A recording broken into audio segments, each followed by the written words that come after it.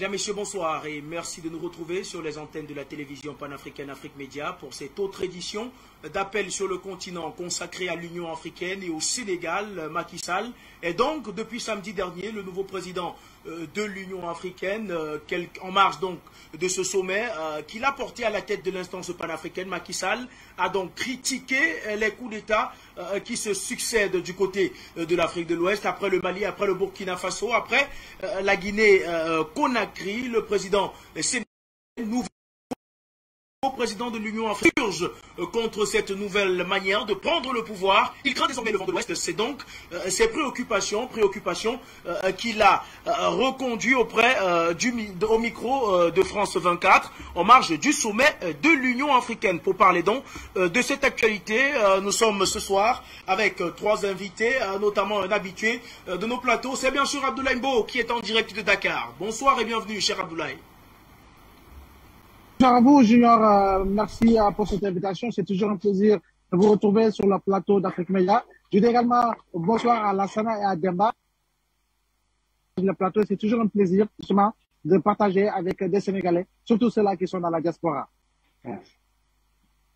Merci en tout cas d'avoir répondu présent à cette invitation. Également avec nous, Demba Cissé, vous le disiez, membre de la société civile au niveau de la diaspora, chroniqueur politique et sympathisant du PASTEF, le parti de notre cher ami Ousmane Sonko. Bonsoir et bienvenue, Demba Cissé. Bonsoir, Junior. Merci beaucoup, merci infiniment donc, de me donner l'occasion de m'adresser à toute l'Afrique. Parce que je rappelle que Afrique Média est très suivi au niveau de la diaspora et au niveau même de l'Afrique. Donc, je te remercie infiniment de me donner l'opportunité aujourd'hui de m'exprimer, de parler de politique et puis de parler aussi un peu du président Ousmane Sonko. Je tiens aussi à remercier et puis à passer mes salutations à Lansana Fofana que je connais, à Laïmba aussi, journaliste des médias. Et j'espère qu'on aura un débat intéressant sur l'actualité politique au Sénégal et en Afrique. Également présent. Eh bien, Lansana Fofana, vous êtes également avec nous. Vous êtes de la partie pour cette édition d'appel sur le continent. Bonsoir et bienvenue. Bonsoir Junior, c'est un plaisir à chaque fois de revenir sur les plateaux de Afrique Média, la chaîne panafricaine. Je remercie pour cette invitation. Je remercie mon frère Demba. Je remercie mon frère Lambo. Et je souhaite à tous mes co-panélistes un débat ce soir pour édifier vos auditeurs. Merci beaucoup. Merci à vous, c'est nous qui vous remercions, Lansana Fofana. Étant donné que vous avez la parole, vous allez d'ailleurs la garder. Le premier tour de table, c'est bien sûr la même question à tous. On va essayer d'avoir les impressions des uns et des autres sur les propos du nouveau président de l'Union africaine, le président sénégalais Macky Sall. Mais avant de prendre bien sûr vos impressions, en tout cas vos premières impressions, on va du côté de la réalisation avec le concours du réalisateur Daé Nathan, prendre cet extrait, réaction en tout cas du président Macky Sall en marge du sommet de l'Union africaine où il fustigeait et critiquait ouvertement et fortement les coups d'État qui se sont succédés du côté du Mali, du côté de la Guinée-Conakry et du côté du Burkina Faso. On prend la réaction du président sénégalais et on revient sur le plateau pour en parler. Le condamne fermement, c'est une autre époque et on ne peut pas tolérer, on ne doit pas tolérer l'interruption des armées dans le processus politique. Donc, quelles que soient les raisons, nous condamnons ces coups d'État et nous aidons maintenant les pays à sortir de cette situation. Vous les sanctionnez? Les sanctions ont été l'arme ultime. Jamais la CEDEAO n'a essayé d'emblée de sanctionner le Mali, par exemple. La CEDEAO a accepté la proposition de la junte de 18 mois. Elle a accepté, elle a accompagné la transition. Même lorsqu'il y a eu le deuxième coup d'État, la CEDEAO a dit qu'à cela ne tienne, accompagnons la junte. Il restait 8 mois. Mais lorsque le pouvoir en transition revient avec une proposition de 5 ans, on ne peut pas accepter cela. Soit maintenant, on dit fait accompli, on prend acte, on ne fait rien, et cette opération, ces coups d'État vont se répéter dans quasiment tous les autres pays. Donc l'Afrique va arrêter son processus de développement. Cela n'est pas acceptable. Est-ce qu'un compromis est possible sur Oui, il est possible. Il est possible. Il appartient aux autorités. Non, je ne dirais pas 16 mois. Il appartient aux autorités maliennes de proposer à la CEDEAO encore une fois, c'est à la CEDEAO de gérer cette question. Pour le moment, ce n'est ni au Conseil de paix et de sécurité, ni à l'Union africaine qui vient en appui. Nous avons un principe de subsidiarité. Le problème de la CEDEAO se traite d'abord par la CEDEAO. Puis l'Union africaine vient en appui les Nations Unies. C'est comme ça que ça marche. Mais nous attendons les propositions et nous serons heureux de pouvoir recevoir les propositions, travailler avec eux. Il n'y a pas de préjugés. Nous ne voulons pas de sanctions au Mali. Ce discours doit être clair, mais il y a tellement de confusion entretenue à dessein qu'on a l'impression que la CEDEAO n'est là que pour les chefs d'État ou pour sanctionner, alors qu'avec le Mali, ça fait plus de 20 mois qu'on a accompagné la transition. C'est pareil pour la Guinée. C'est pareil pour le Burkina. Vous avez vu, on n'a pas sanctionné le Burkina. Au Mali, c'était pareil. Donc la CEDEAO ne cherche pas à sanctionner forcément. Mais lorsque les autorités militaires en question ne veulent pas faire progresser, on utilise les armes de l'organisation. Vous êtes plus optimiste sur le Burkina? Je ne veux pas faire de comparaison. Je sais qu'ils ont pris acte au moins des décisions du dernier sommet. C'est encourageant. Et comme nous leur avons dit, venez à la table de négociation, donnez-nous des choses sur lesquelles nous pouvons travailler. C'est valable pour le Mali, c'est valable pour tous les autres pays. Il n'y a pas de discrimination vers un pays ou vers un autre pays. Merci à Daï Nathan du côté de la réalisation. Eh bien,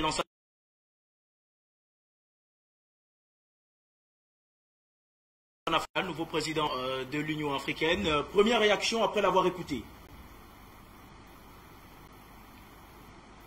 Pire que tous ces présidents qui ont vécu le coup d'État. C'est la raison pour laquelle il a peur. Macky Sall condamne ce coup d'État parce qu'il a peur pour lui-même. Et à chaque fois, il ne cesse de le marteler que ça risque de contaminer les autres pays. Il ne s'oublie pas en citant les autres pays. Il sait qu'il est sur la sellette. Et aujourd'hui, le peuple sénégalais est plus que déterminé. Il l'a vu au mois de mars que ce peuple sénégalais ne se laissera pas faire. Donc, Macky Sall devrait se taire et Macky Sall devrait accepter quand les populations se lèvent pour changer leur destin. Au Sénégal, nous vivons pire que ce que vivent les Burkinabés. Au Sénégal, nous vivons pire que ce que vivent les Maliens. Au Sénégal, nous vivons pire que ce que vivent les Guinéens. Au mois de mars, vous n'êtes pas sans le savoir, Macky Sall a assassiné plus de 14 jeunes Sénégalais. Et au moment où je vous parle, il n'y a toujours pas eu justice par rapport à ces morts-là que nous continuons à pleurer. Donc je vous dis une chose, Macky Sall n'est qu'une marionnette de la France-Afrique. Si vous voyez bien, il est francophile. Le général de Gaulle, il n'était pas civil, c'était un militaire. Mais puisqu'il est si amoureux de la France, il oublie que le général de Gaulle était un militaire.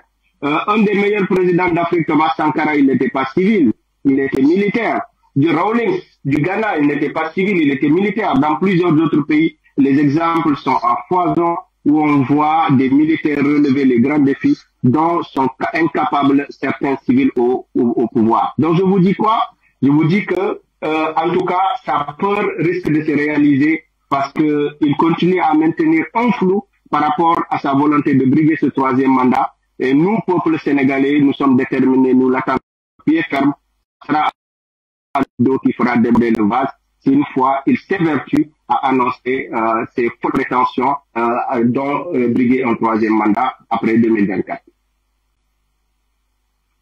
Lansana Fofana, pour cette première réaction, on a là la vision du panafricaniste. Eh bien, Demba Cissé, pour vous qui êtes donc un sympathisant du PASTEF de notre ami Ousmane Sonko, que vous inspire cette réaction du président Macky Sall qui fustige ouvertement les coups d'État du côté du Mali, du côté de la Guinée-Conakry et également du côté du Burkina Faso, sans tenir compte des conditions dans lesquelles ces coups d'État sont arrivés? Merci Junior. Junior, vous savez, moi quand je parle de l'Afrique, je suis très sérieux. Et je parle de ce que je sais. J'évite d'extrapoler. Qui est Macky Sall? Qui est le président du Sénégal, qui est notre président à nous tous. Macky Sall, c'est celui qui nous a promis quand même une gouvernance sobre et vertueuse. Macky Sall, c'est celui qui nous a dit qu'il ne nommerait jamais un membre de sa famille par décret présidentiel. Macky Sall, c'est celui qui nous a dit qu'il va réduire son mandat de 7 ans à 5 ans. Macky Sall n'a pas respecté ses engagements vis-à-vis des Sénégalais. Macky Sall, c'est celui qui protège des gens qui ont été épinglés par des organes de contrôle officiels sur le gaz sénégalais, sur le pétrole sénégalais. Le directeur du COUD, Centre des œuvres universitaires de Dakar, qui a été épinglé par un organe officiel de l'État, détournant beaucoup de millions. Il a eu une promotion parce qu'il a été nommé ensuite ministre de l'Enseignement supérieur. Donc, cette Macky Sall, avant de parler même de la CEDEAO, il faut savoir d'abord de qui on parle. Donc, nous parlons d'un homme aujourd'hui qui est en train de piétiner la constitution de son pays. Nous parlons d'un homme aujourd'hui qui ne respecte pas son pays. Nous parlons d'un homme aujourd'hui qui est en train de détruire, en tout cas qui a voulu détruire l'opposition au Sénégal. Parce qu'il l'a dit, je vais réduire l'opposition à sa plus simple expression. Et tout le monde sait que pour une bonne gouvernance, c'est important d'avoir une opposition forte. Et heureusement qu'il y a eu Ousmane Sonko, parce que n'eût été Ousmane Sonko, aujourd'hui au Sénégal, il n'y aurait pas d'opposition. Mais je reviens sur les propos de Macky Sall. Macky Sall, ce qu'il dit présentement sur les coups d'État, lui, il veut se limiter sur la forme. Mais il faut aller sur le fond. Parce que quand on veut résoudre un problème, on va sur le fond. D'abord, quand il y a un coup d'État, c'est parce qu'il y a quelque chose qui ne va pas. Les militaires qu'on présente comme... moi, ça me gêne, même l'image qu'on veut donner aux militaires, ça me gêne. Alors que les militaires, ce sont ces hommes qui ont juré de défendre la vie de chaque citoyen. Ce sont ces hommes qui ont juré de donner leur vie, c'est-à-dire de faire le sacrifice ultime, c'est-à-dire de mourir pour leur patrie. Donc quand on parle de ces gens-là, moi je veux bien qu'on en parle avec un peu de respect. Quand les militaires se sont emparés du pouvoir, ils ne se sont pas levés du jour au lendemain pour dire « les gars, on va prendre le pouvoir ». Non, c'est parce que le pays n'était plus gouvernable. À un moment donné, il fallait ramener de l'ordre. Donc Assimi Goïta, que ce soit Assimi Goïta et les autres, c'est des militaires qui sont responsables, qui ont senti qu'il faut ramener de l'ordre et ils sont habilités à ramener de l'ordre dans le pays. Maintenant, Macky Sall, nous savons très bien que la CEDEAO, c'est le bras armé et diplomatique de la France. Ça, tout le monde le sait. Il n'y a pas besoin qu'on aille creuser. Aujourd'hui, qu'est-ce qui se passe? Nous voyons ce qui se passe aujourd'hui au Tchad. La France a installé au Tchad un militaire à la tête de Tchad. Pourquoi Macky Sall ne parle pas de ça? Pourquoi Macky Sall ne parle pas du cas de Tchad? Alors que c'est un militaire qui est là-bas. Mais personne n'ose critiquer parce que c'est la France qui l'a placé selon ses intérêts. Aujourd'hui, nous voyons bien que le Mali, par rapport à tout ce qui s'est passé, nous avons vu le travail que les Maliens ont accompli, l'armée malienne avec la population, pour combattre les djihadistes avec l'aide certainement de la Russie de la Chine et autres. Donc aujourd'hui, Macky Sall, nous savons très bien qu'aujourd'hui, Macky Sall est instrumentalisé.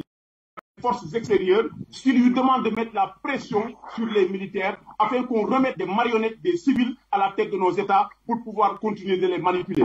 Donc aujourd'hui, Macky Sall n'est pas crédible. Il n'est pas crédible. La CEDEAO même n'est pas crédible. Parce qu'en Afrique aujourd'hui, nous avons une CEDEAO des chefs de l'État, mais nous n'avons pas de CEDEAO des peuples. Et aujourd'hui, la population malienne, aujourd'hui, a besoin de soutien, a besoin d'accompagnement, mais n'a pas besoin de sanctions. Et Macky Sall pose la question par rapport au coup d'État.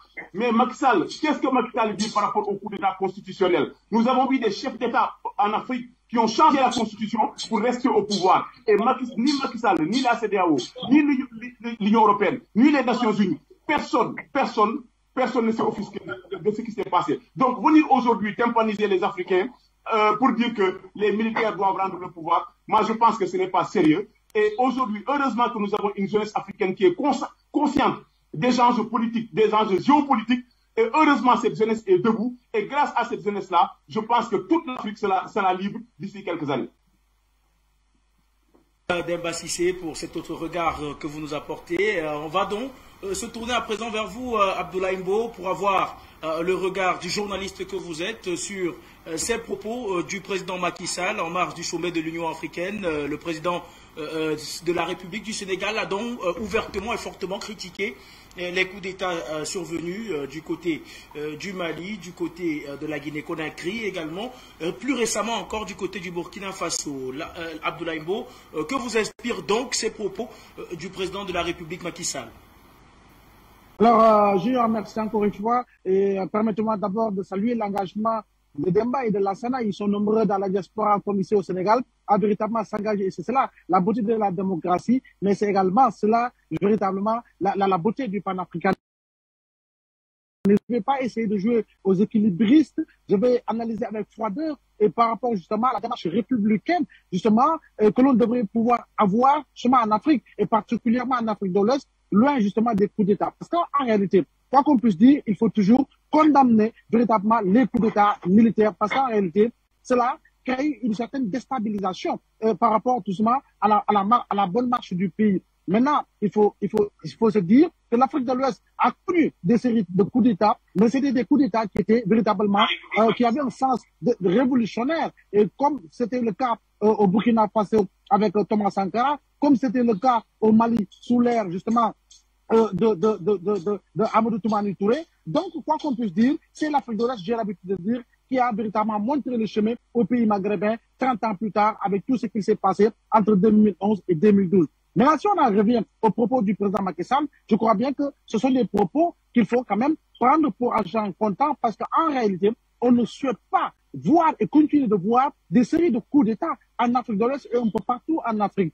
Maintenant, la question que l'on devrait se poser, c'est pourquoi et comment en est-on arrivé à des situations de putsch véritablement répétitifs et ça va aller crescendo si véritablement nous ne parvenons pas à changer la donne. Aujourd'hui, plus que jamais, au niveau de la communauté économique des États de l'Afrique de l'Ouest, l'ensemble des coups d'État ont été véritablement condamnés. Des sanctions économiques ont été prises par rapport à certains pays tels que le Mali, qui aujourd'hui subit les affres justement du syndicat des chefs d'État, mais on n'écoute pas, à mon avis, la CEDEAO des peuples. Je crois bien qu'aujourd'hui, on peut aller dans le sens de lutter drastiquement contre les coups d'État militaires.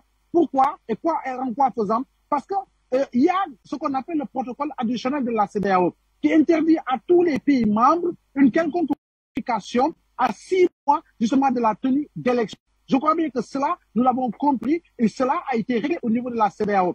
Mais si les présidents de la CEDEAO écoutaient justement la CEDEAO des peuples, on pourrait aller dans le sens d'avoir véritablement des garde-fous juridiques, que ce soit plus du point de vue des constitutions des pays membres, parce qu'en réalité, on va réclamer demain une certaine souveraineté, mais on peut aller dans le sens de proposer un protocole de la CEDEAO frappé de la clause, je dis bien de la clause d'éternité pour l'ensemble des pays pour une limitation des mandats à 2. Cela nous permettrait véritablement d'éviter les coups d'État militaires d'une part, mais également les coups d'État constitutionnels d'autre part. Mais quand même, si on reste dans la logique de la démarche républicaine, je crois bien que tout coup d'État militaire devrait être véritablement condamné, même si l'on sait par ailleurs que ceux-là qui sont à la tête de certains pays en Afrique et en Afrique de l'Est particulièrement, véritablement, ne donnent pas l'impression d'user des démarches qui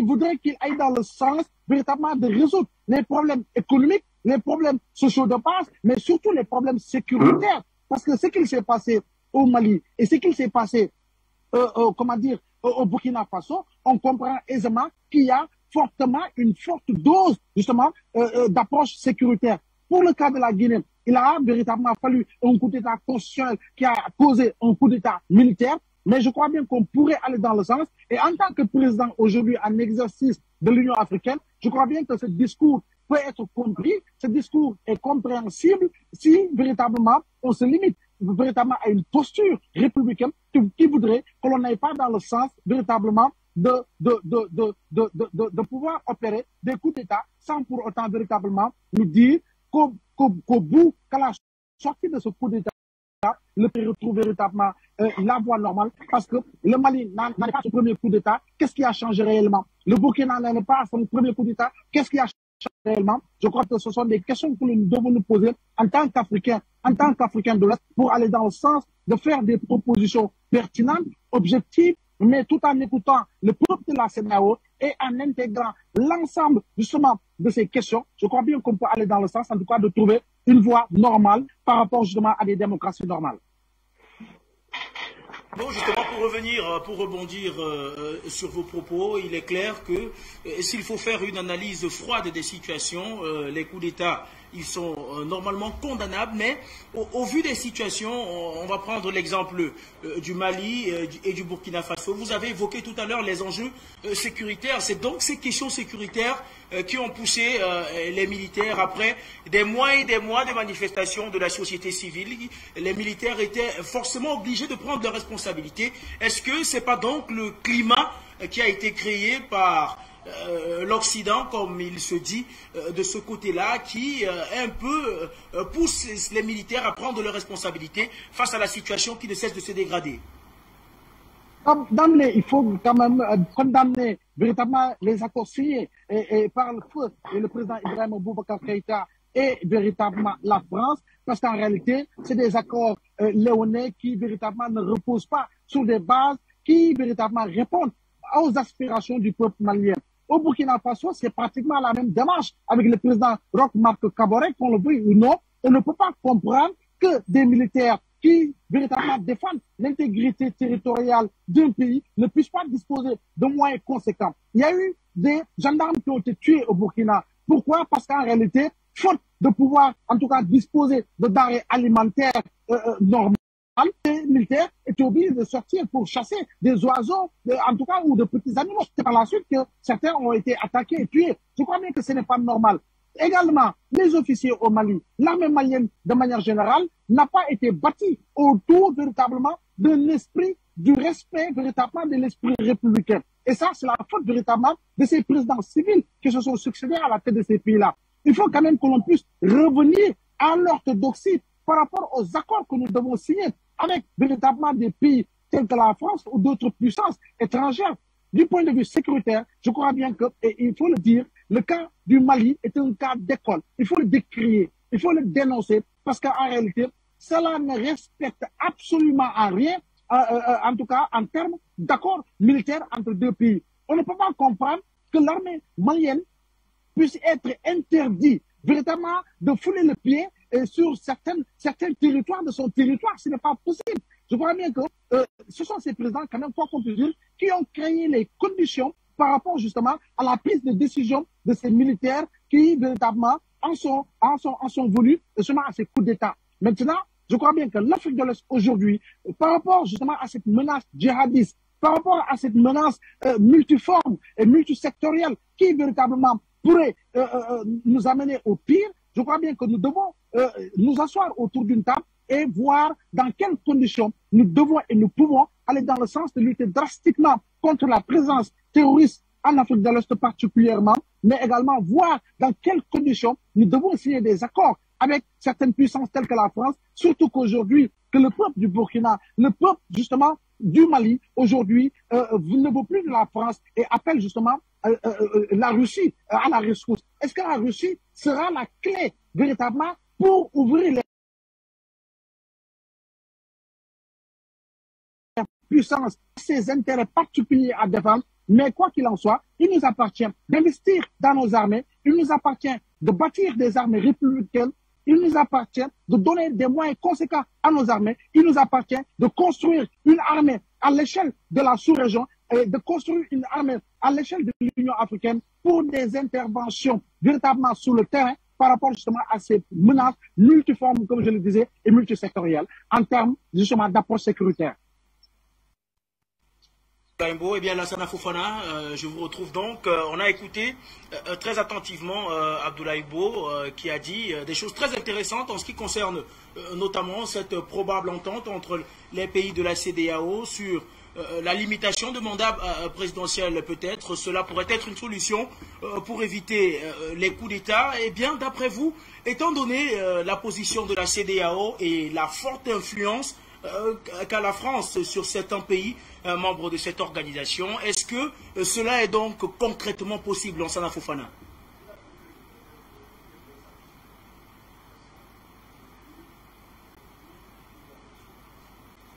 Pour ouvrir ton son, Las. Oui, alors je disais, merci, je disais que je pense qu'on a tous vu ce qui s'est passé en Côte d'Ivoire quand Alassane Dramane Ouattara a dit qu'il n'allait pas briguer un troisième mandat. Il a suffi que Emmanuel Macron soit venu à sa rescousse pour que l'on voit la CEDEAO se plier sous la volonté d'Alassane Dramane Ouattara. Donc, en Côte d'Ivoire, la CEDEAO a été incapable de régler la question du troisième mandat. En République de Guinée, la Guinée-Conakry, comme certains le disent, la CEDEAO a été incapable de régler la question du troisième mandat. Aujourd'hui, au Sénégal, là où on nous parle de démocratie solide, de démocratie, aujourd'hui, la CEDEAO ne se prononce pas par rapport à cette question du troisième mandat. Et vous savez, la CEDEAO elle-même a prié Macky Sall de retirer le parrainage qu'il a mis pour empêcher à ses opposants d'avoir la possibilité de le concurrencer à des élections présidentielles ou toute autre élection. Et ce même Macky Sall tarde à retirer cette loi sur le parrainage qu'il a instituée juste pour tricher, juste pour saper les règles du jeu pendant les élections présidentielles. Donc je le dis encore une fois, il faut que cette CEDEAO, une fois incapable de régler la question du troisième mandat, se taise à jamais quand il y a des coups d'État. Quand le peuple sénégalais est tué, quand nous perdons 14 jeunes Sénégalais au mois de mars, nous n'entendons pas la CEDEAO se prononcer là-dessus. Quand, pour certains qui le disent, il y a eu beaucoup de morts en République de Guinée, le peuple de Guinée n'a pas entendu la CEDEAO s'exprimer là-dessus.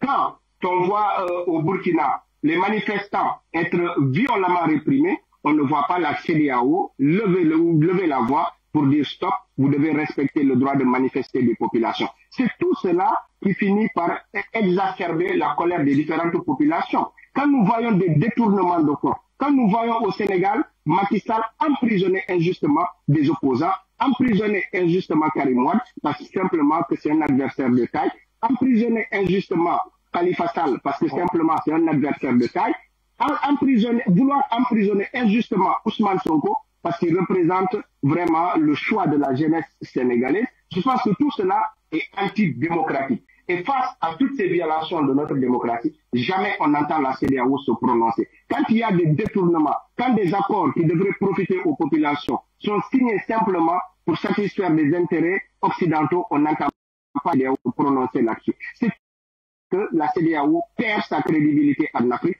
parce qu'au final, ça devient un syndicat de chefs d'État qui se soutiennent mutuellement contre les volontés des populations.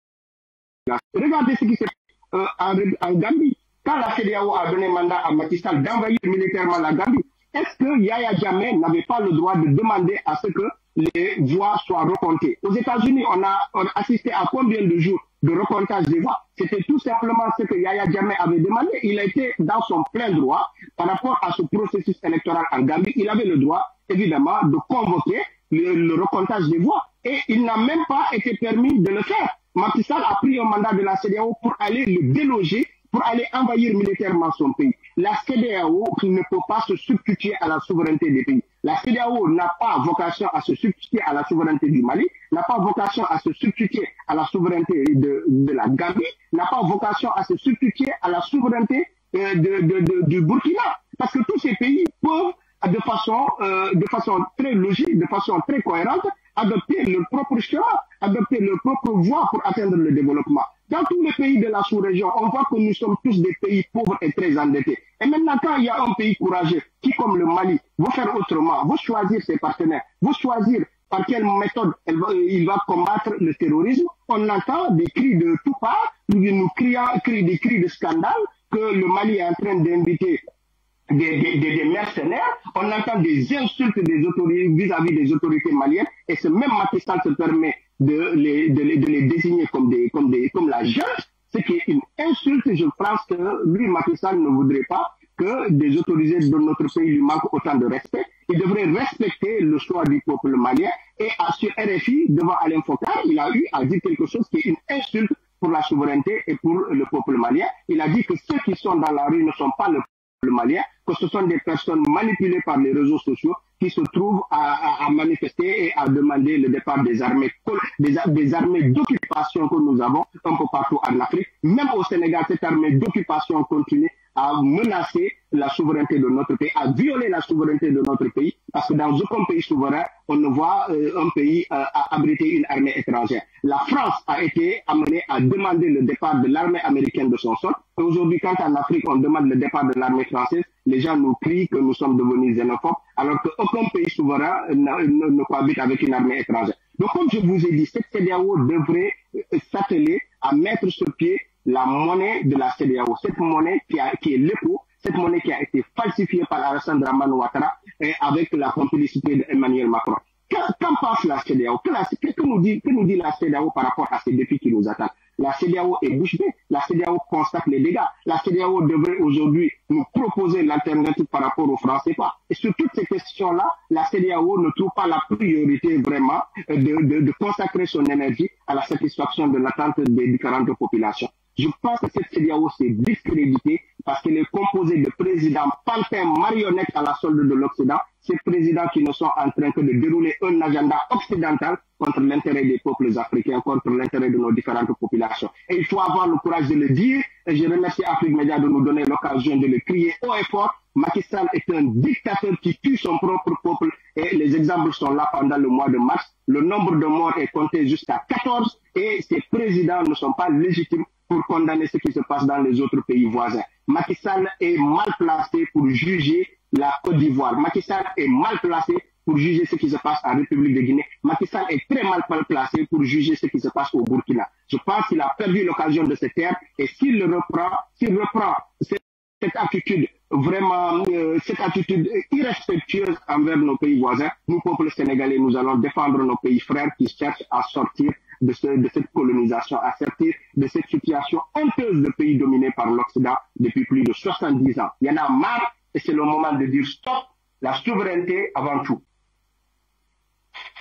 Lassana Fofana pour cette autre intervention. Demba Cissé, je vous retrouve donc dans sa première intervention. Lassana Fofana a indiqué le fait selon lequel Macky Sall a critiqué les coups d'État du côté du Mali, du côté de la République de Guinée et du côté du Burkina Faso, parce que lui-même se sent menacé. On le sait, le Macky Sall ne s'est pas encore prononcé en ce qui concerne un troisième mandat éventuel à l'élection présidentielle l'année prochaine du côté du Sénégal. Et est-ce que, d'après vous, Demba Cissé, Macky Sall ne s'étant pas prononcé sur une probable candidature à la présidentielle et critiquant les coups d'État du côté du Mali et dans les autres pays où ces derniers se sont produits, il est en train de vouloir s'aménager des garde-fous si jamais il se prononçait pour une autre candidature à la présidentielle du Sénégal? Oui, Junior, effectivement, il y a une sorte de paradoxe. Mais de toute façon, j'en profite pour remercier et rendre hommage au peuple sénégalais. Le peuple sénégalais a fait preuve de maturité. C'est extraordinaire. Parce que, Junior, il y a certaines localités où il y a eu des proches collaborateurs de Macky Sall qui ont dépensé énormément d'argent et qui ont perdu face à des Sénégalais qui n'ont même pas 2 millions dans leur compte bancaire. Ça veut dire quoi? Ça veut dire qu'aujourd'hui, les Sénégalais, ils ont une certaine maturité, ils ont une conscience aujourd'hui de vote. Aujourd'hui, tu leur donnes de l'argent, ils le prennent, mais quand ils vont dans les bureaux de vote, ils vont voter autrement. Et ça, c'est quelque chose qui est vraiment à saluer. Et aujourd'hui, quand on voit, aujourd'hui, il a été sanctionné par le peuple sénégalais à travers les élections locales aujourd'hui. Parce qu'il a perdu de grandes villes qui sont quand même très importantes, y compris Dakar. Son frère a perdu à Guédiawaye.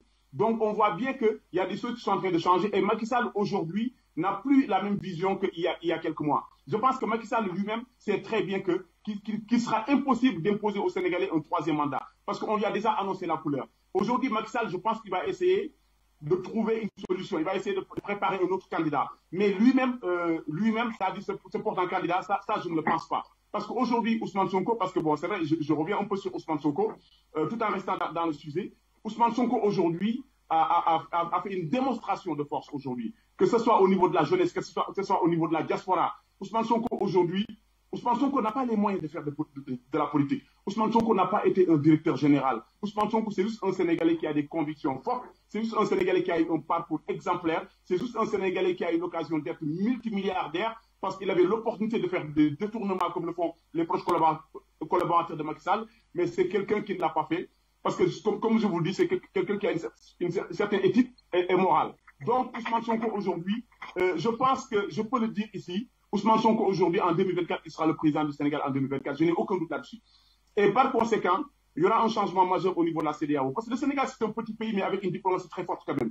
Et un panafricain comme Ousmane Sonko à la tête du Sénégal, ça va changer énormément de choses. Ça je vous le promets, Junior, ça va changer énormément de choses. Parce qu'aujourd'hui, la CEDEAO, si vous regardez les présidents, les chefs d'État qui composent la CEDEAO aujourd'hui, c'est des copains, voilà, c'est des copains. Il y a des gens qui ont modifié leur constitution, d'autres veulent continuer à rester au pouvoir. Il y a Macky Sall qui est au milieu, donc qui tire un peu les ficelles. Mais je pense que dans 2 ans, cette CEDEAO changera véritablement de visage. C'est pour ça que les Africains doivent prier pour que Ousmane Sonko vienne au pouvoir. Et il viendra au pouvoir s'il plaît au bon Dieu. Donc Macky Sall, il va essayer de suppléer le chaud et le froid, parce qu'il a dit, je ne dis pas oui, je ne dis pas non. Si je dis oui, si je dis oui, c'est-à-dire il y aura un débat sur le plan national. Si je dis non, mon gouvernement ne va pas travailler. Je trouve déjà que c'est irresponsable de la part d'un chef d'État de dire aux Sénégalais que si je dis non, je ne vais pas me représenter, mon gouvernement ne va pas travailler. Donc ça veut dire quoi? Ça veut dire que ce gouvernement-là n'est pas là pour la patrie. Ce gouvernement-là n'est pas là pour le peuple. Ce gouvernement est là pour le pouvoir. Et je trouve que ça, c'est scandaleux, c'est extrêmement grave. Heureusement qu'aujourd'hui, le peuple sénégalais, la population sénégalaise aujourd'hui est vraiment consciente des enjeux non seulement nationaux, mais des enjeux aussi internationaux. Donc moi, je pense que Macky Sall, il lui reste 2 ans et le Sénégal changera de visage. Et l'Afrique aussi changera de visage parce qu'aujourd'hui, il y a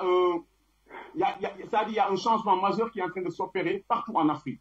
Les Africains aujourd'hui sont conscients des enjeux. Avant, on ne savait pas. Avant, on était dans l'ignorance. Et c'est là où Ousmane Sonko a été fort. Parce qu'Ousmane Sonko a compris que faire de la politique, c'est d'abord éveiller la conscience. C'est d'abord éveiller la jeunesse. Et c'est ça qu'il a fait. Il a expliqué à la jeunesse sénégalaise, à la jeunesse africaine, les vrais enjeux politiques, économiques et géopolitiques. Et dès lors qu'on a compris cela, vous voyez ce qui se passe. Aujourd'hui, Ousmane Sonko est la première force de l'opposition au Sénégal, la première force politique au Sénégal. C'est une réalité, ce n'est pas un mythe, c'est une réalité. Et je pense que Ousmane Sonko, quand il sera là en 2024, les choses vont véritablement changer en Afrique.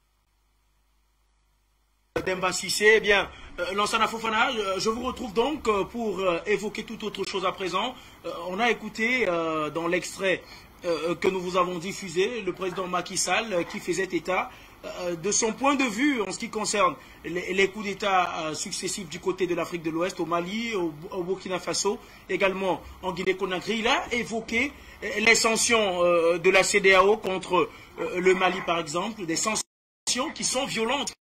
Il faut le dire, si le Mali est en train de trouver les voies et moyens pour contourner ces sanctions-là, est-ce que d'après vous, les sanctions dont le président Macky Sall, vous pensez, Lansana Fofana, que ces sanctions sont productives?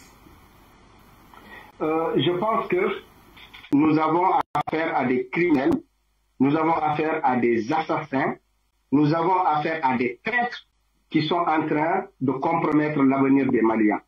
Vous savez, le Mali fait face à un danger qui est le terrorisme. Certains l'appellent djihadisme, mais il s'agit de terrorisme parce que nous savons qui sont les personnes derrière ces personnes. Il s'agit de l'Occident et des multinationales européennes qui veulent les matières premières du Mali. Donc je vous dis que nous avons affaire à des traîtres, nous avons affaire à des assassins. Comment est-ce que le Mali, qui tire presque l'essentiel de ces produits du port sénégalais, comment est-ce que Macky Sall peut fermer la porte au nez de son voisin malien et citer le Mali comme un pays frère le jour de la mort du président Ibeka? Nous avons affaire à des traîtres, je vous dis. Regardez ce qui se passe. Aujourd'hui, le Mali peine à joindre les deux bouts parce que Macky Sall est le plus sévère parmi les sanctions. Même Alassane Dramane Ouattara n'a pas complètement fermé la porte au nez du voisin malien. Mais Macky Sall, dans la satisfaction des désirs des Européens ou de Macron, il est prêt à même tuer ses propres enfants. Donc, le Mali est en train de lever la tête haute pour que l'Afrique soit fière de ce qu'elle voit se passer en Afrique, de ce qu'elle voit se passer au Mali.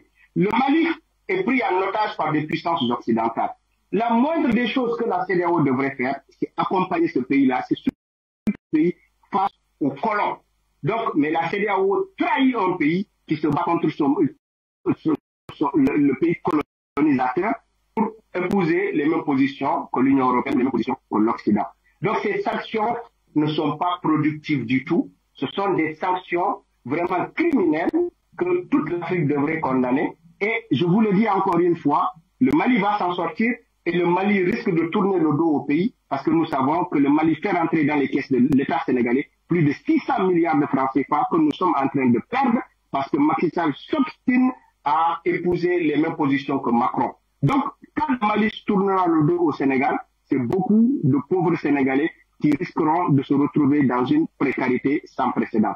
Parce que beaucoup de personnes dépendent de ces activités-là au niveau des ports. Et quand le Mali mettra la porte aux clés pour se tourner vers d'autres voisins, ce sont malheureusement ces pauvres Sénégalais que nous défendons. Dès qu'on ongles sur les réseaux sociaux, ce sont ces Sénégalais-là qui vont se retrouver dans la galère. Donc je le dis encore une fois, ces sanctions ne sont pas la solution. Et Bazoum l'avait dit devant le président Macron que la CEDEAO n'a pas vocation à condamner ou des pays à ce niveau, à ce stade-là, ou à un tel niveau que nous voyons actuellement. Les prérogatives de la CEDEAO ne sont pas de mettre un embargo économique sur le Mali, d'enclaver le Mali, le laisser mourir pour que le terrorisme prenne tout le territoire malien quand le Mali est inquiété vraiment par cette menace grandissante. Donc je le dis, nous avons affaire à des assassins et à des traîtres, et Macky Sall s'illustre au premier rang parmi ces assassins et ces traîtres que nous avons à la tête des pays africains. Eh bien, Demba Cissé, étant donné donc les relations économiques fructueuses, on va les appeler comme ça, entre le Sénégal et le Mali, Lansana Fofana l'a dit, le Mali et le Sénégal perdent beaucoup d'argent dans ces sanctions-là. Quel est donc l'intérêt pour le président de la République, Macky Sall? On l'a écouté tout à l'heure. Quel est l'intérêt pour lui de soutenir les sanctions de la CEDEAO contre le Mali, par exemple, Demba Cissé?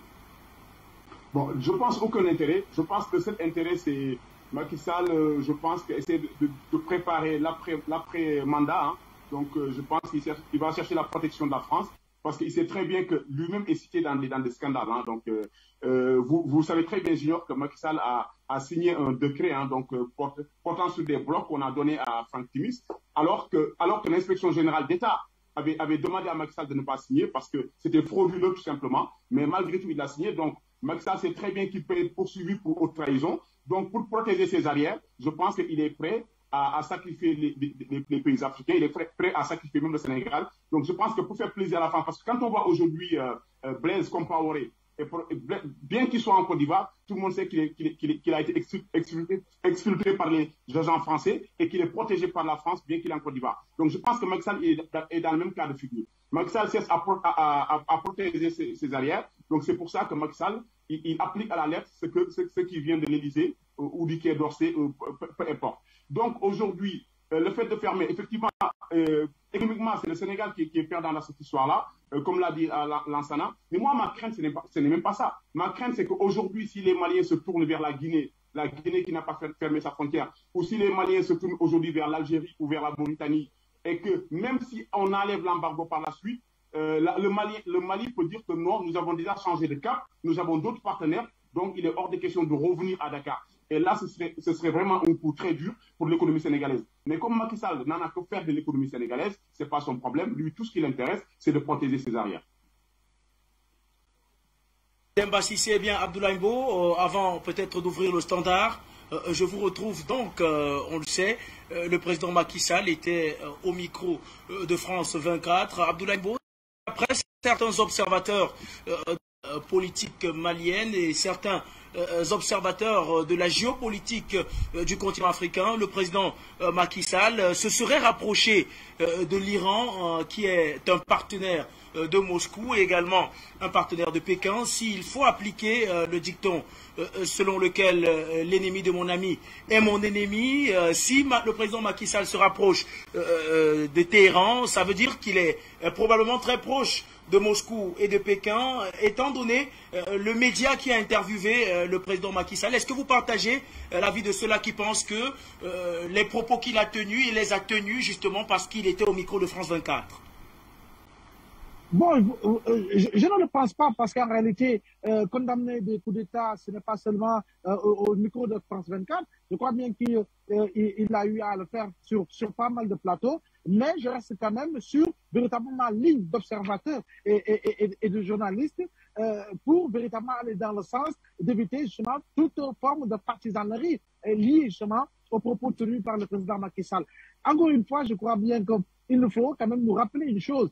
Les coups d'État militaires n'ont jamais été véritablement des solutions par rapport aux problèmes qui ont poussé les militaires à prendre le pouvoir. Il y a des exceptions, ça ne peut pas manquer. C'est comme on dit, la rue, mais après la rue, qu'en sera-t-il en définitive? On a vu véritablement cette vague de révolution en Libye, en Tunisie, en Égypte, mais au-delà justement de la chute de ces différents dictateurs qui étaient à la tête de ces pays maghrébins, quelle a été la suite par rapport justement à l'équilibre de démocratie, équilibre justement pour lequel justement des milliers et des millions d'hommes et de femmes véritablement se sont levés pour aller dans le sens de faire chuter ces présidents véritablement dictateurs.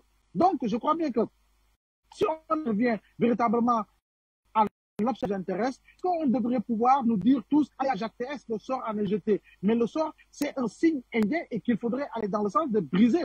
Il est vrai qu'aujourd'hui, on ne peut pas ne pas parler d'une macronisation, je dis bien, d'une macronisation de la CEDEAO francophone, comme on parlait de la focalisation pour véritablement parler de ce focal qui a été véritablement le symbole de la France-Afrique. Maintenant, quoi qu'on puisse dire, qu'il s'agisse de l'Iran, qu'il s'agisse de la Chine, qu'il s'agisse de la Russie, qu'il s'agisse des États-Unis ou de la France, c'est véritablement des puissances économiques et militaires dont l'Afrique a besoin, et particulièrement la CEDEAO, pour aller dans le sens de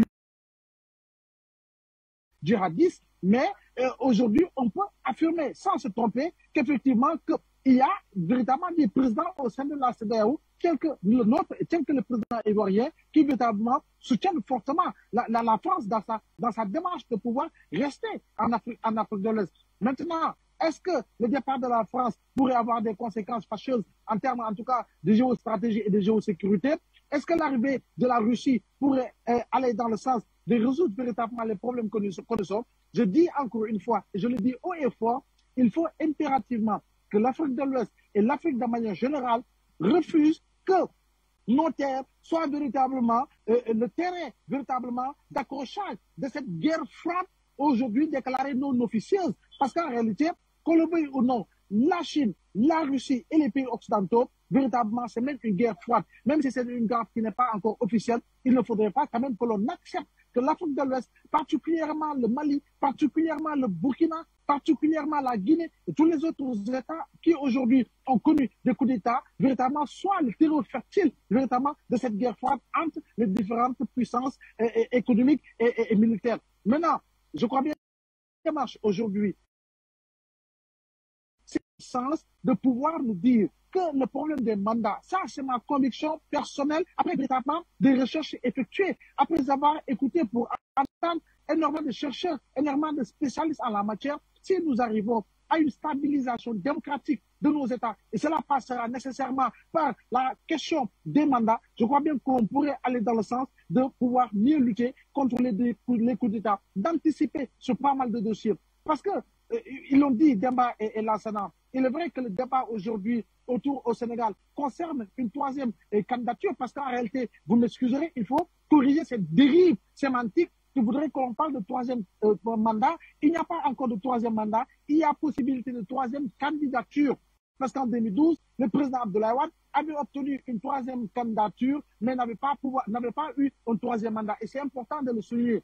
Et moi, je me focalise sur les propos non pas tenus par le président Macky Sall à travers son ni oui ni non. Je me réfère aux propos tenus par le président Macky Sall au soir du 31 décembre 2018, lorsqu'il était à la quête de son second mandat, en clamant que si les Sénégalais lui renouvelaient leur confiance, ce serait son dernier mandat, parce que la Constitution, en son article 27, lui interdit effectivement de pouvoir, en tout cas, briguer une troisième candidature. Mais de manière générale et de manière globale, je crois bien que quand je vois ces problèmes, en réalité, je me pose des questions sur l'identité patriotique de certains présidents, sur véritablement le langage citoyen de certains présidents, parce que en réalité, nous avons des problèmes que nous pouvons résoudre nous-mêmes en tant qu'Africains de l'Ouest. Nous avons des problèmes que nous pouvons régler en tant qu'Africains de manière générale, mais il faille avoir encore une fois des présidents qui sachent et qui savent écouter le cri de cœur de leur peuple, mais qui savent également s'orienter et bien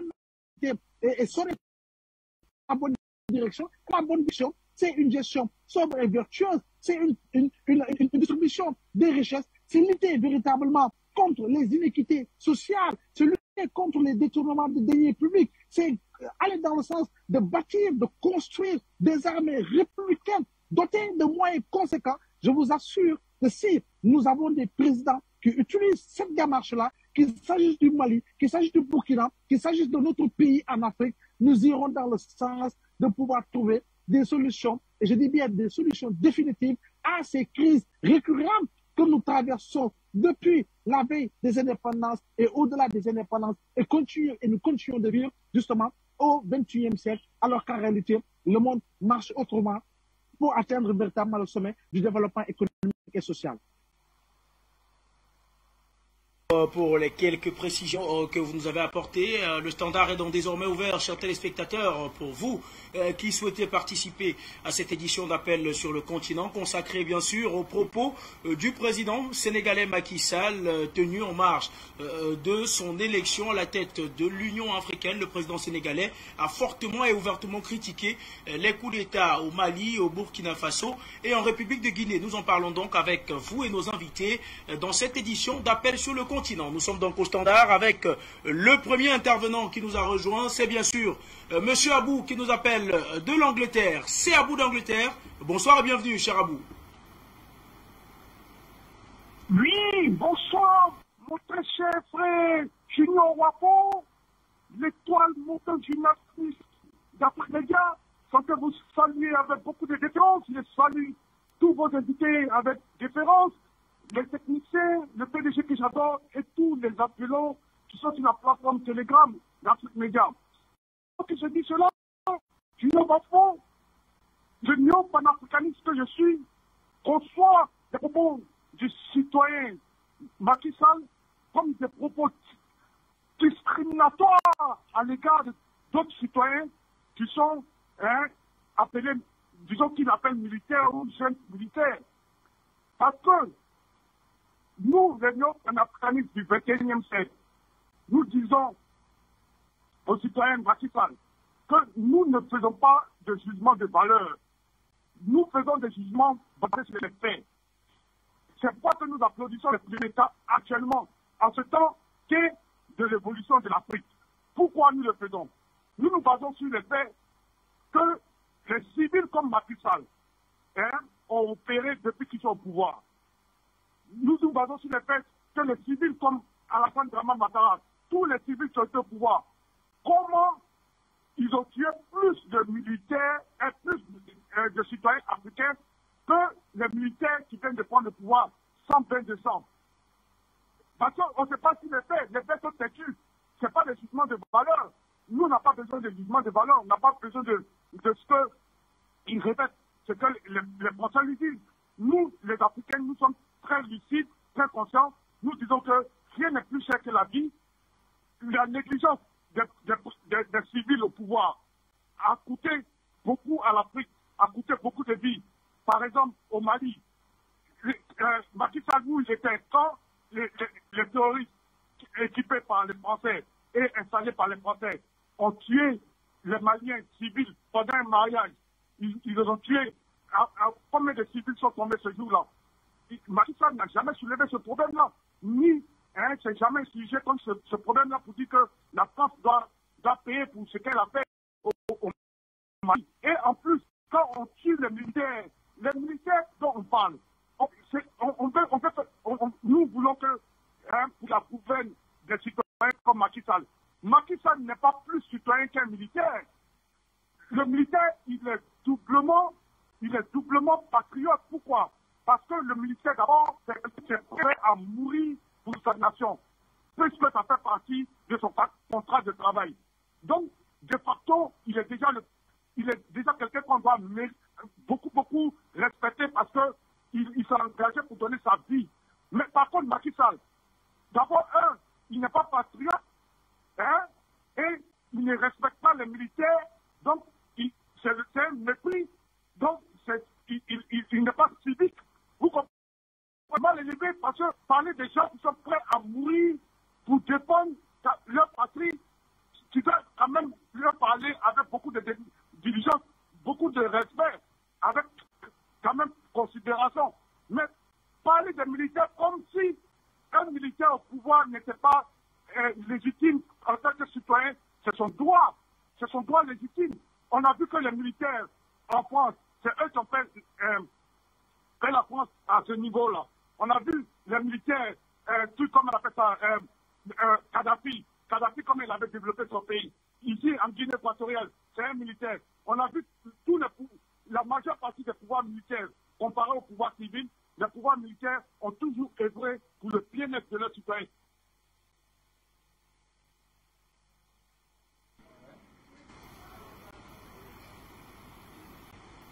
Allô? Allô? Nous avons malheureusement perdu la connexion avec notre ami à bout de l'Angleterre. Peut-être prendre notre téléspectateur en restant au Cameroun pour prendre cet appelant qui nous a rejoint et qui nous appelle de Bafoussam. C'est M. Thompson. Bonsoir et bienvenue. Oui, bonsoir mon frère panafricaniste. Bonsoir à toute la galaxie panafricaine. Oui, merci. Je viens ici pour souligner quelques cas de nos soi-disant chefs d'État, notamment Macky Sall. C'est quand il parle des coups d'État, ça veut dire déjà qu'il n'est pas prêt à partir. Ça veut dire qu'il ne voudrait pas qu'il soit inquiété par un panafricaniste qui voudrait, n'est-ce pas, travailler sur les aspirations des populations. Ils veulent rester et avoir comme une plateforme pour servir, n'est-ce pas, l'Occident. Le temps devient un problème pour eux. Ça, c'est le premier point. Quand il parle des coups d'État, qu'il est en train de dénoncer en quelque sorte, mais je ne sais pas, il est intellectuel, semble-t-il. Mais pourquoi ne voit-il pas les noms donnés par les opérations françaises? Ils ont parlé de l'opération Licorne en Côte d'Ivoire. On sait ce que c'est que la Licorne. La Licorne seul transperce le ventre de l'éléphant. Et je pense que la Côte d'Ivoire, c'est des éléphants.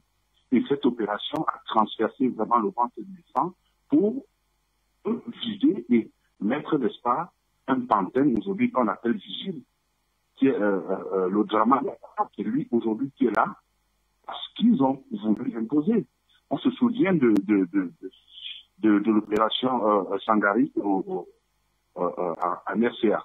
On a vu, ils ont violé des enfants, des garçons, ils ont fait, n'est-ce pas, des horreurs à l'Afrique, ces gens. Et on voit aujourd'hui, avec l'opération,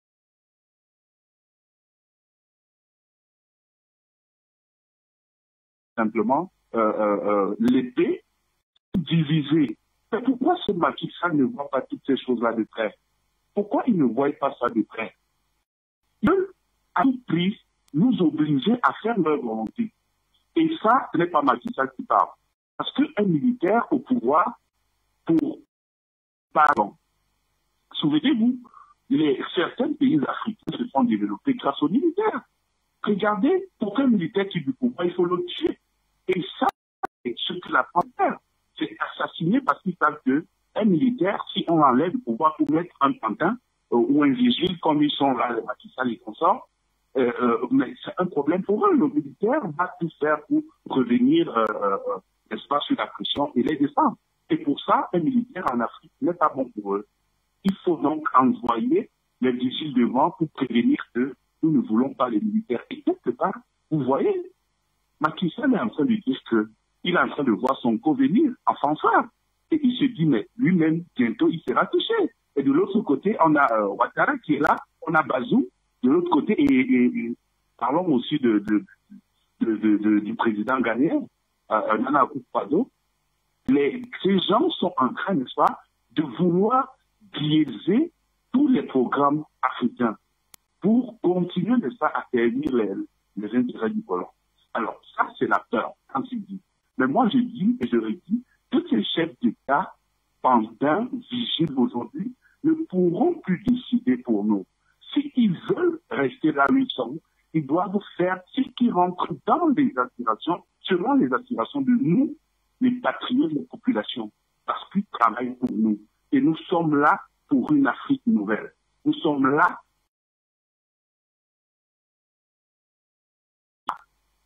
Sache que on n'a pas besoin de...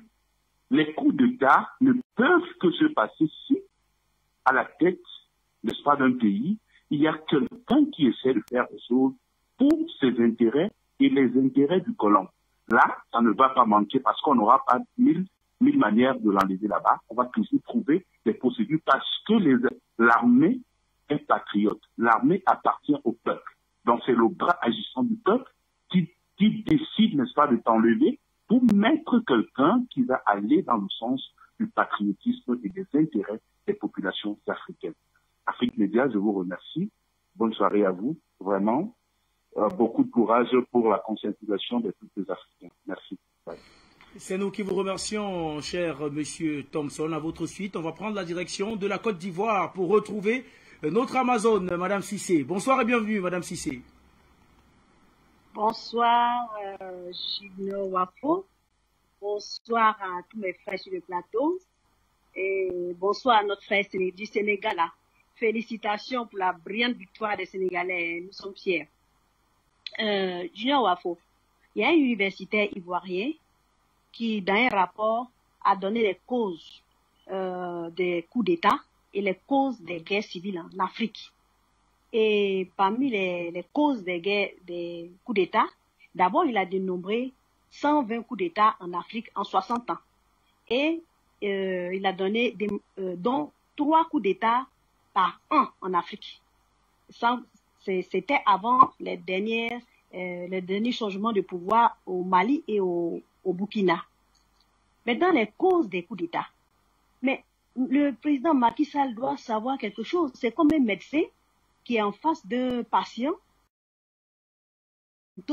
sans soigner les causes de maladie. Les causes des coups d'État, c'est quoi? C'est le viol des constitutions. Il y a des coups d'État civils en Côte d'Ivoire, c'est un coup d'État civil, c'est le viol de la Constitution. Et deuxième cause, il a dénombré plusieurs causes, dont je vais retenir 3, les principales. Donc, la deuxième cause, c'est la mauvaise répartition des richesses.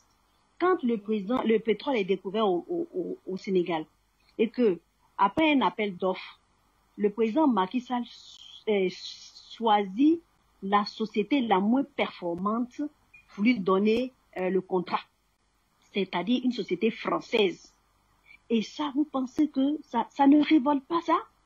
Et quand vous partagez le pouvoir et les richesses du pays avec votre clan, votre ethnie, votre religion, ça peut être une cause de coup d'État. Donc, si un chef d'État africain, Macky Sall, ne connaît pas les raisons d'un coup d'État, et il vient là, il dit qu'on n'est pas pour les coups d'État, mais c'est grave. C'est grave. Mais ça veut dire que c'est un mandat son mandat à l'Union africaine sera une catastrophe. Ça présage déjà que le mandat du président Macky Sall sera une catastrophe. Est-ce qu'ils se sont interrogés un jour, les chefs d'État, et ils parlent de la CEDEAO? Est-ce qu'ils se sont interrogés au moins sur la CEDEAO doit faire sa mue, ils doivent s'interroger si les raisons comment on appelle ça, de conflit entre la CEDEAO, entre les chefs d'État de la CEDEAO et les populations. La CEDEAO, c'est une CEDEAO, personne n'y croit, et même ils ne croient pas à la CEDEAO. La CEDEAO, elle est disqualifiée quand vous avez un président comme qui n'a pas été élu, et il est là. Alors que la CEDEAO, le président Laurent Gbagbo, à l'époque, avait demandé simplement un recomptage des voix, la CEDEAO a préféré prendre milice et le bombarder pour un simple comptage de voix. Alors qu'en Gambie, il y a actuellement celui qui est là, Adama Barrow, qui est mal élu, qui a violé, c'est un coup d'État il a fait. Pour être là, Adama Barrow, et ça, la CEDEAO, elle ne réagit pas. Vous savez, les chefs d'État africains, je ne sais pas si c'est une malédiction, quoi. Chaque année, ils se réunissent à l'UA. C'est comme ça leur fait plaisir de se réunir à l'UA. Et rien de bon ne sort. Et chaque année, ils continuent. Ils vont en villégiature. Rien de bon. La situation en Afrique s'empire. Et les populations sont livrées à leur sort. On a l'impression que rien ne s'améliore. Est-ce qu'ils ont envie, certains chefs d'État ont envie de prendre leur indépendance vis-à-vis de la France, de la métropole? C'est la question que nous nous posons. C'est la question qu'on se pose. Est-ce que la CEDEAO a déjà pensé à son financement elle-même? Est-ce que lui a déjà pensé à son financement? Quelles sont les perspectives? On avait parlé comment on appelle, d'une Union africaine, des peuples, une Union africaine qui devait, à l'époque du Rwandais Kagame. Mais qu'est-ce que ça, industrialisation de l'Afrique, qu'est-ce que ça donne? Rien de bon. Ça veut dire que le président Macky Sall, c'est un piètre président, il aura un très mauvais mandat à la tête de l'UA, c'est pas la peine. Je vous remercie. votre contribution à votre suite. On va prendre M. Alassane qui nous appelle du Gabon. Bonsoir et bienvenue, M. Alassane. Oui, bonsoir. Bonsoir, monsieur. C'est Ousmane Alassane, du Gabon. Vraiment, ça nous fait honte. Ça nous honte que monsieur Macky Sall qui va parler au nom d'Afrique. Monsieur lui-même, monsieur Macky Sall, vraiment, ça nous fait bien honte. Et c'est pour ma suite ce que je vais le dire. Macky Sall, vraiment, il ne réfléchit pas. Mais maman, ancien président du Sénégal, il a dit, oh, Macky Sall, il est là, machin, tout ça, là. Nous avons plané pour faire attention des racismes. Aujourd'hui, Macky Sall, voilà, gang de Ouattara, gang de Issougu, et tout ça là, ils ont fait quelle émission? Toujours, il a fait quelle émission? Il a fait quelle émission en Afrique? Hein? Manière, il est en train de sauver l'Afrique. Et il est en train de sauver l'Afrique. Parce que nous sommes fatigués de blanc même, ce n'est pas soit même le blanc d'Afrique, soit de toi et de toi là, nous sommes fatigués de eux. Ils nous laissent dans notre pays noir. Hein? Et Macky Sall aujourd'hui, tu nous fais honte, Macky Sall. Tu ne réfléchis pas, celui qui t'a élevé, son fils qui l'a mis à prison, tu l'as chassé des pays parce que tu le connais bien. Vraiment, Macky Sall, accusez-moi, tu es mouton. Merci, au revoir. Merci à vous également, M. Alassane. On va tout de même rester poli à l'encontre des chefs d'État. Lorsqu'on s'adresse à eux, on va à présent prendre la direction de la France. Retrouver Mme Afouassi qui nous a rejoint également. Bonsoir et bienvenue. Bonsoir mon frère, bonsoir. Bonsoir à tous ceux qui nous écoutent. Alors, monsieur le président Macky Sall, il dit qu'il n'est pas pour le coup d'État. Par contre, il a fait un coup d'État par rapport à Adama Barrow. Parce que quand un président est élu, c'est la constitution de son pays qui le met dans ses droits. Par contre, Adama Barrow, il a prêté serment à l'ambassade de la Gambie au Sénégal.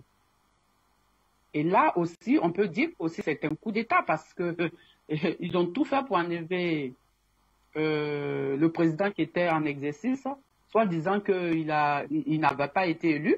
Par contre, Macky Sall a soutenu Ouattara. Donc, c'est une association de la CEDEAO qui se soutiennent. Ils ne sont pas là pour le peuple africain, ils sont là pour eux-mêmes. Il n'est pas là pour le coup d'État. Ah ben donc, il est là pour la rébellion, il est là pour les djihadistes alors. Parce que depuis que les djihadistes ont envahi le Mali, depuis que les djihadistes terrorisent le peuple malien, on n'a jamais vu Macky Sall se plaindre. On n'a jamais vu la CEDEAO se plaindre pour dire que, bon, nous, comme on a une armée à l'entente, on va prendre cette armée pour aller combattre les djihadistes qui s'évitent au nord du Mali. Non! Ils sont assis dans leur bureau, ils regardent faire. Et Assimi Goïta, il se lève un matin pour défendre son peuple, pour défendre son pays, le Mali. Et eux, ils brandissent comment on appelle ça, des menaces. Et c'est ça l'Africain. En Europe, quand un pays africain est en danger, ou bien s'il y a un problème concernant un pays européen, ils se soutiennent de tous.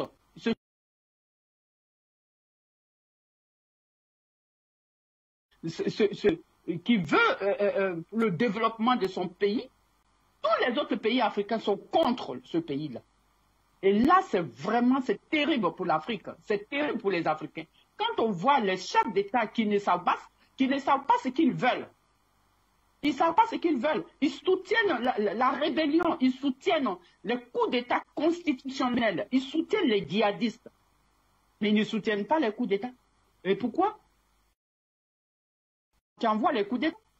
S'ils sont au pouvoir, on ne sait pas où ils vont, on ne sait pas qu'est-ce qu'ils veulent, mais c'est les coups d'État qui vont les enlever. Pourquoi ils soutiennent les djihadistes? Il faut qu'ils nous disent. Entre les djihadistes et les coups d'État, mais je crois que le coup d'État met encore mieux que les djihadistes. Par contre, quand les djihadistes se disent, ils tuent, eux, ils disent rien. Mais quand on fait un coup d'État, ils se plaignent. Donc, il faut que Macky Sall et sa bande de Alassane Dramane Ouattara nous disent entre les djihadistes et les coups d'État, qu'est-ce qu'eux ils défendent et qu'est-ce qu'ils préfèrent. Voilà la question qu'il faut leur poser. Et voilà la question. Ou bien, ce sont eux qui prennent les djihadistes via la France pour mettre dans tous les pays africains. Parce que s'ils sont en complicité avec les djihadistes, il faut qu'ils nous disent comment un pays, le Mali est tout seul à se battre. Le Mali est là. Vous tous, vous êtes là. Le Mali est en train de souffrir. On tue le peuple malien. Aucun président africain ne dit un mot. Un matin, il se lève, il veut défendre son pays. On l'attaque, on bloque ses avoirs, on bloque tout. Mais c'est quoi cette histoire? Donc ceux-là, ils sont pour les djihadistes. Il va falloir qu'ils nous disent un jour. Je vous remercie. Madame Alice Kouassi, merci d'avoir tenu à apporter votre contribution. On va rester au standard pour prendre notre appelant. Monsieur Ceylan qui nous appelle du Sénégal. Bonsoir et bienvenue. Ok, en fait, je voudrais participer à l'émission que je suis en direct.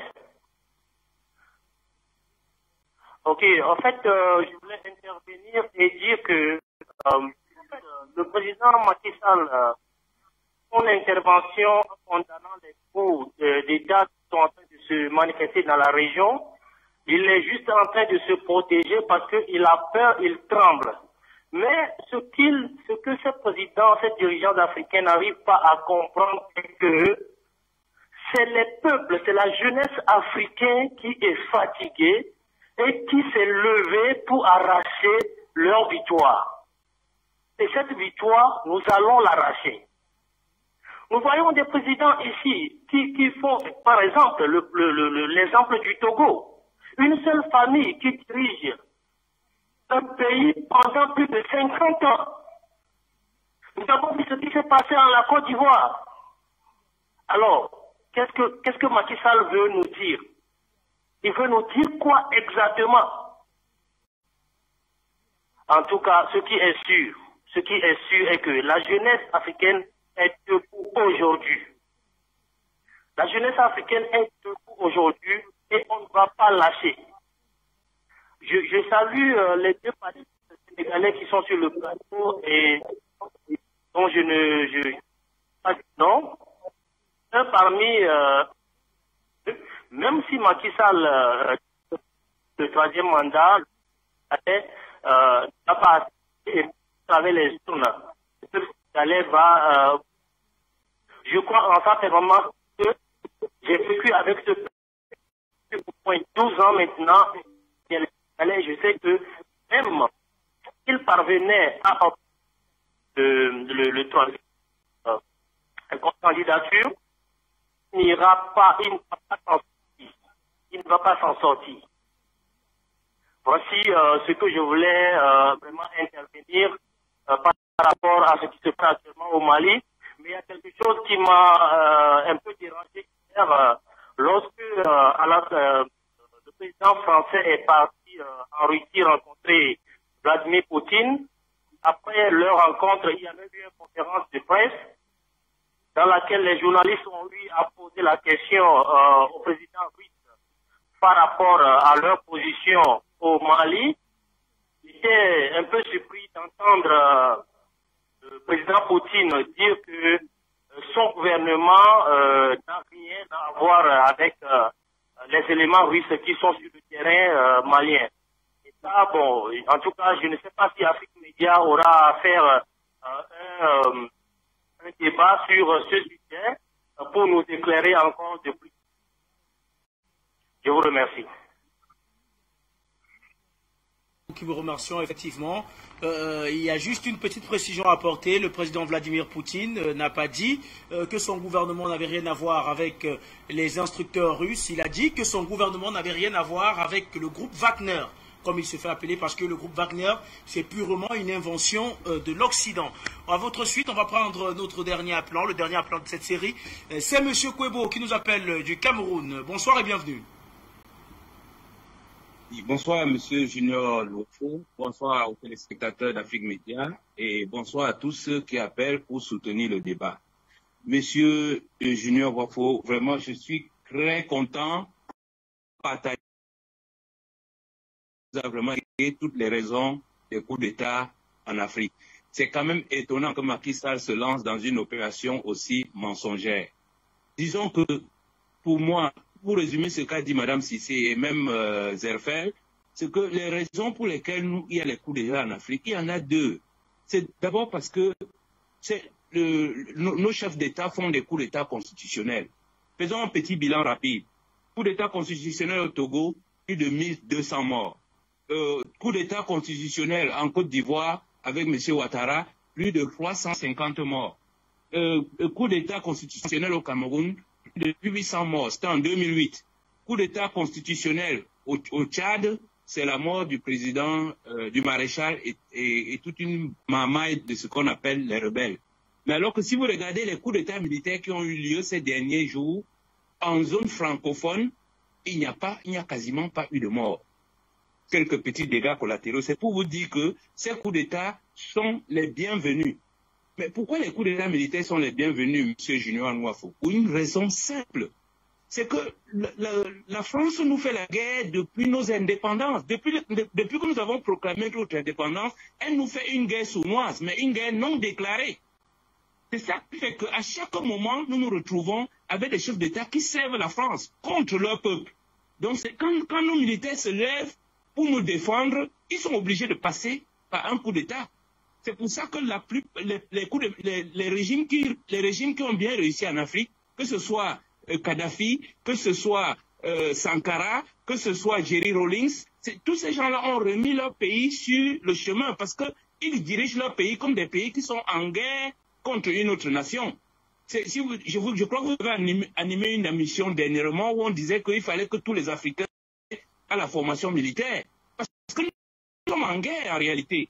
Ces gens veulent nous continuer à nous maintenir en esclavage. Donc, il faut nous défendre. Moi, je vais pas prendre beaucoup de temps parce que quasiment tout a été dit. Je vais seulement passer un message très chaleureux au président Macky Sall pour lui dire que nous avons vu le geste qu'il a eu en rassemblant tous les autres pour accueillir après leur victoire majestueuse au Cameroun et que c'est ça que nous souhaitons voir partout en Afrique. La coupe s'est passée au Cameroun. Il n'y avait qu'un seul parti politique qui représentait tout le Cameroun, le RDPC. Tous les autres présidents de partis n'ont pas été invités à toute la cérémonie pendant un mois. C'est pour vous dire le désordre que créent ces chefs d'État qui ne comprennent pas comment fonctionne une nation. Le deuxième message que je passe au président Macky Sall, c'est qu'il se rappelle que M. Wade avait voulu faire un coup d'État constitutionnel en mettant son fils au pouvoir. Il sait comment cela s'est terminé. Je lui rappelle aussi que dernièrement, il a voulu mettre M. Sonko en prison et il a vu comment cela s'est terminé. La loi dit au Sénégal que c'est 2 mandats et vous laissez la place à une autre personne pour faire le travail. Car la tâche d'un président, c'est une tâche difficile. Donc il ne s'imagine pas qu'il va essayer de tenter un 3e mandat. Là même nous, les Camerounais, nous allons monter au Sénégal pour donner un coup de main à nos frères sénégalais. Merci de m'avoir écouté, M. Nwafo. Merci en tout cas à vous, M. Kouebo. Vous étiez le dernier appelant. Vous êtes le dernier appelant de cette édition d'appel sur le continent. Eh bien, on va donc, sans plus tarder, étant donné que le temps qui nous est imparti est arrivé pratiquement en son terme, on va retrouver, si cela est possible, nos invités de l'autre côté de Zoom, notamment Lansana Fofana. En 30 secondes, chacun d'entre vous a 30 secondes pour rapidement sortir. Parce que Christelle, le grand africain, Lansana Fofana, on a écouté Mme Cissé tout à l'heure qui faisait état de ce qu'il faut craindre du mandat de Macky Sall à la tête de l'Union africaine. Est-ce qu'il faut vraiment avoir peur quand on regarde les positions de Macky Sall du côté de la CEDEAO? Peur. Macky Sall est celui qui étend l'influence de la France là où la France n'a pas accès, comme en Gambie, comme en Guinée-Bissau. Et Macky Sall est l'homme, le cheval de Troie sur lequel la France compte pour la déstabilisation du Mali et pour enlever le régime militaire pour imposer un régime civil, pour imposer un pouvoir civil. Donc je vous dis, on n'a rien à attendre de Macky Sall si ce n'est la trahison, si ce n'est la grande déception parce que nous le savons, lui et Macron, l'un pour l'Union européenne et l'autre pour l'Union africaine, ça n'augure rien de bon pour les Africains. Donc retroussons-nous les manches, soyons prêts au combat. S'il faut venir en aide au peuple sénégalais pour dégager Macky Sall, que le peuple africain n'hésite pas une seule seconde. Nous attendons du renfort et nous attendons du soutien. Merci beaucoup. Fofana, eh bien, est-ce que également du côté du PASTEF, on craint pour le mandat à l'Union africaine du président Macky Sall? Junior, en tout cas, merci Junior de m'avoir donné l'occasion de m'exprimer sur ce plateau qui est magnifique. Du côté de PASTEF, nous sommes sereins, nous sommes tranquilles. Pourquoi? Parce que le peuple sénégalais a fait preuve de maturité, comme je l'ai dit tout à l'heure. Le peuple sénégalais est un peuple digne. Et le peuple sénégalais dira non à un troisième mandat ou troisième candidature, peu importe. Le peuple sénégalais fera face à Macky Sall. Ils l'ont déjà fait à travers les élections locales, où il a eu une défaite vraiment très significative. Et le peuple sénégalais fera face à Macky Sall encore une fois. Ils l'ont fait au mois de mars quand il a voulu emprisonner Ousmane Sonko. Ce même peuple sénégalais qui restera face à Macky Sall aussi pour une probable troisième candidature. Donc nous sommes sereins, nous sommes tranquilles parce que nous savons que nous avons un peuple qui est formidable. Avec vous, en 30 secondes également, Macky Sall est donc le nouveau de l'Union africaine. Est-ce qu'il faut craindre quand on regarde les positions qu'il tient du côté de la CEDEAO? Je crois bien qu'aujourd'hui, la présidence de l'Union africaine est une patate chaude, justement pour le président Macky Sall, compte tenu des nombreuses difficultés que nombre de pays africains traversent. Maintenant, il faudra qu'il puisse user justement d'une diplomatie ouverte, d'une diplomatie le peuple africain, en écoutant également le peuple de la CEDEAO. Il ne peut pas sortir un an après justement son mandat de président de l'Union africaine, c'est mon avis personnel, pour se positionner pour une troisième candidature. Cela pousserait naturellement le jeu véritablement démocratique par rapport au jeu démocratique dans lequel il s'est investi en tant que président de l'Union. Non, la radicalisation présidentielle mène inéluctablement à la radicalité citoyenne. Je crois bien qu'aujourd'hui, le peuple africain observe le Sénégal et nous devons véritablement montrer encore une fois, en 2024, une belle leçon de démocratie. Le président Macky Sall sera naturellement le premier président à sortir et à arbitrer une présidentielle dans laquelle il ne fera pas partie. Mais j'insiste encore une fois, il nous faut aller dans le sens d'avoir une clause, un protocole frappé de la clause d'éternité pour l'ensemble des pays de la CEDEAO pour une limitation définitive des mandats à 2. Et cela pourrait aller dans le sens de régler véritablement ces coups d'État que nous enregistrons dans notre sous-région. Je vous remercie. Merci à vous, Abdoulaye Mbo. Merci à vous, chers messieurs, de nous avoir accompagnés tout au long de cette édition. On ne va pas sortir sans, une fois de plus, souhaiter envoyer nos félicitations aux Lions de la Teranga, qui sont les nouveaux champions du continent.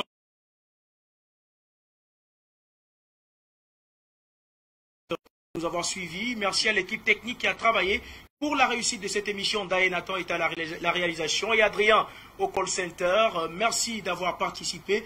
Restez sur Afrique Média car nos programmes se poursuivent dans quelques instants.